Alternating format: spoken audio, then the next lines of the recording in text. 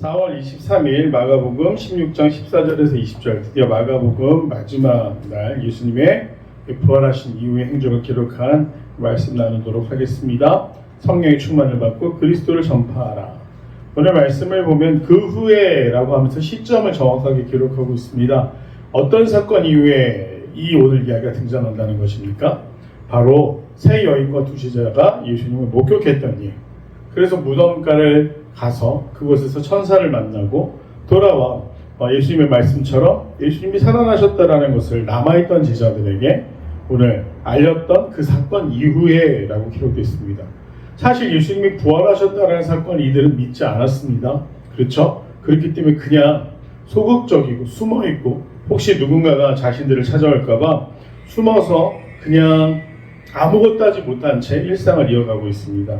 특별히 그들이 식사를 하고 있을 때 아주 어떻게 해야 되나라는 고민 가운데 평범한 일상을 이어가던 중에 예수님께서 그들을 찾아오십니다. 참 안타까운 것은 제자들은 예수님께서 계속 부활에 대해서 말씀하셨고 예수님의 놀라운 능력들을 발견하였고 베드로 같은 경우는 어떻게 했습니까? 주는 그리스도시요 살아계신 하나님의 아들이십니다 라고 고백할 정도였는데 실제로 그들이 걱정하고 우려하던 일들이 실제로 발생하자 제자들이 보여주는 모습은 어떤 모습이었습니까? 참 부끄러운 모습이었습니다. 대부분의 신앙인들이 이렇게 살아갑니다. 우리가 어떤 일이 다가오기 직전까지는 괜찮을 거야. 믿음으로 이겨낼 수 있을 거야. 또 말씀으로 의지하면 돼. 이런 이야기도 쉽게 이야기하죠. 하지만 그 문제가 진짜 나의 사건이 될 때 어떻게 합니까? 사실 우리는 굉장히 비겁해지기도 하고 또 나의 믿음이라는 것이 이렇게 연약했나 실망하기도 합니다. 오늘 제자들 같은 경우도 마찬가지입니다. 아무것도 하지 못하고 실망스러운 모습으로 주저앉아 있는데 예수님이 드디어 나타나신 것이죠.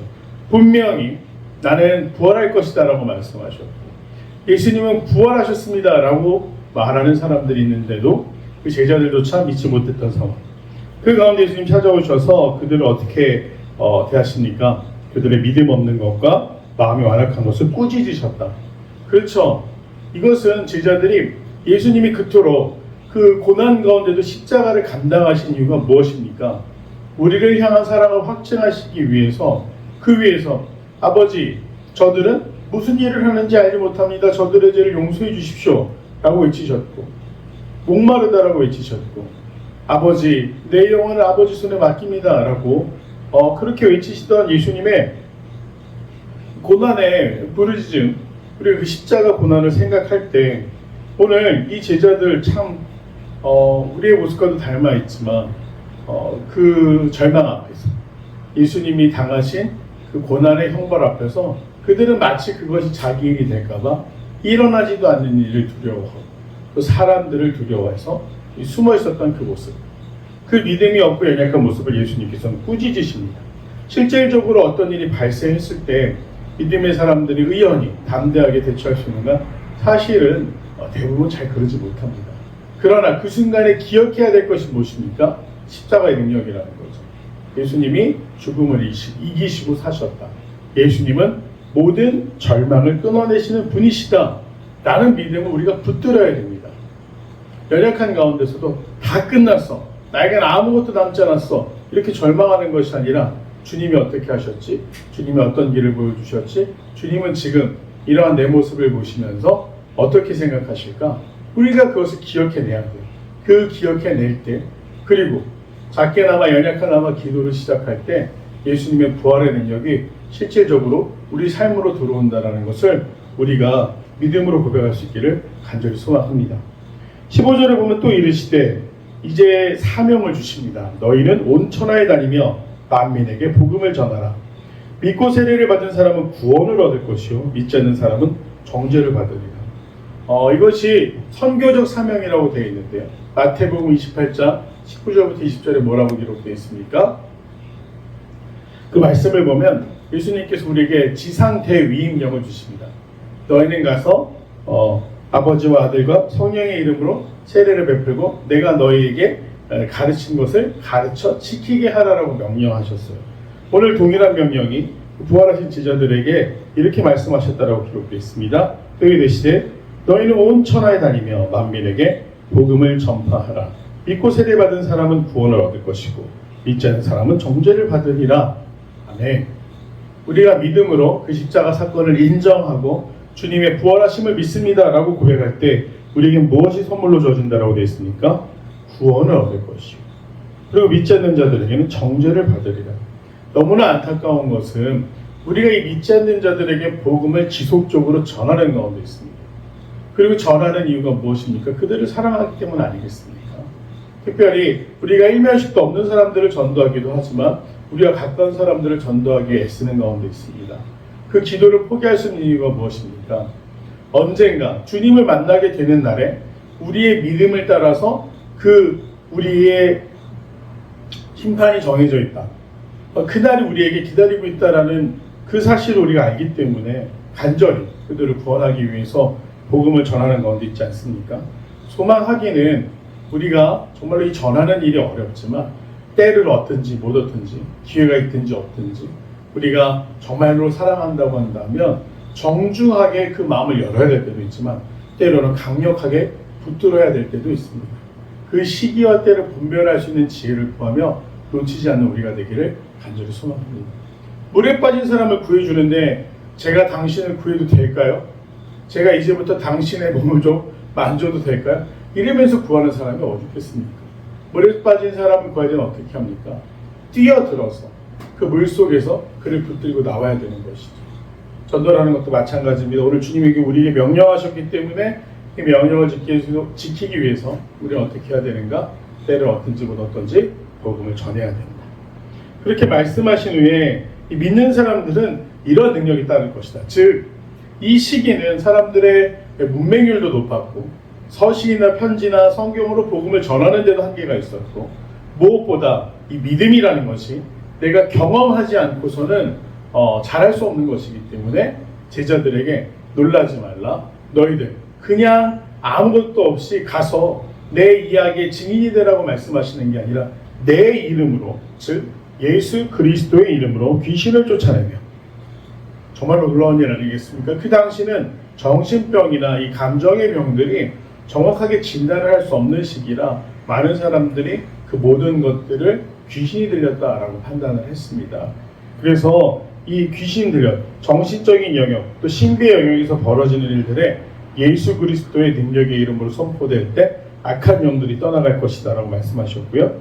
새 방언을 말할 것이다. 천국의 언어, 또 선교를 위한 언어의 방언, 이 모든 것들을 통틀어 새로운 방언을 주실 것이다 라고 이야기를 하셨고, 뱀을 집어 올리며 무슨 독을 마실지라도 해를 받지 아니하며 육체적으로 물리적으로 우리에게 행해지는 위협 가운데서도 우리를 지키신다. 그래서 사도들이 어떻게 했습니까? 이들이 실제로 벌어지지 않습니까? 사도 바울이 멜리데 섬에 표류했을 때 장작더미를 주는 과정 가운데 뱀에 물리는 일이 발생하죠. 그래서 버블리오라 그 섬에 있는 추장이나 사람들이 저 사람이 이제 죽었다라고 했는데 바울이 뱀에 물리고도 죽지 않는 모습을 보면서 뭐라고 합니까? 제우스와 헤르메스라고 얘기하지 않습니까? 네, 그런 것처럼 신으로 보이는 것처럼 놀라운 능력으로 그들 스스로를 지킬 수 있을 것이다 라고 말씀하셨고, 또 네 번째로 병든 사람에게 손을 얹은 즉 나을 것이다.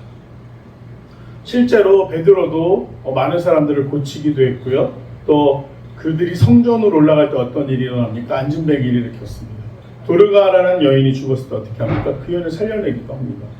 그런 것처럼 초대교회 사도들은 놀라운 능력들을 행하면서 예수 그리스도께서 그분의 이름만으로도 하나님의 아들이셨다라는 능력을 보여주면서 증거하게 됩니다.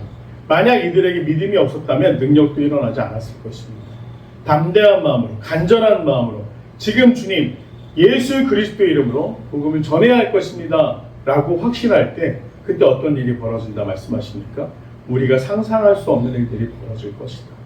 때로는 신비로운 영역으로, 때로는 충만한 사랑으로, 때로는 우리에게 정말 위로가 되는 말씀으로 오늘날에도 그 예수 그리스도의 이름의 능력이 있다는 것을 믿고 믿음으로 선포하시면서 복음을 전할 수 있는 귀한 성도들이 되시기를 간절히 소망합니다. 그리고 주님은 이 가르치신 후에 하늘로 올려지사 하나님 우편에 앉으셨다라고 기록되어 있습니다. 시기와 기간에 대해서는 조금씩 다르지만 예수님이 하늘로 올려지셨다라는 동일한 기사를 마가복음에서도 다루고 있고, 예수 그리스도께서 승천하신 이후에 나중에 이 초림의 재림의 때는 심판의 날이 시작되지만, 우리가 믿음으로 온전히 살아왔다고 한다면 심판이 두렵겠습니까? 아니죠. 기다려져야죠. 지금 학생들이 중간고사 기간이라 열심히 공부하고 있습니다.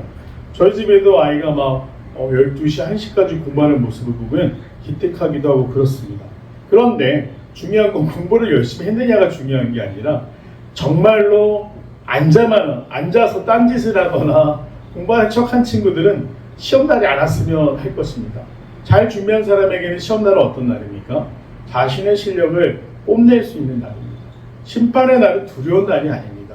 우리가 말씀대로 살려고 노력했던 것을 인정받는 날, 우리가 그토록 기다리던 하나님을 뵙는 날, 우리가 이 땅을 살면서 치열하게 싸우고 다투고 내 것을 빼앗기지 않게 때로는 지키기 위해, 때로는 믿음대로 살기 위해 분투했던 것들을 인정받는 날이 바로 심판의 날입니다.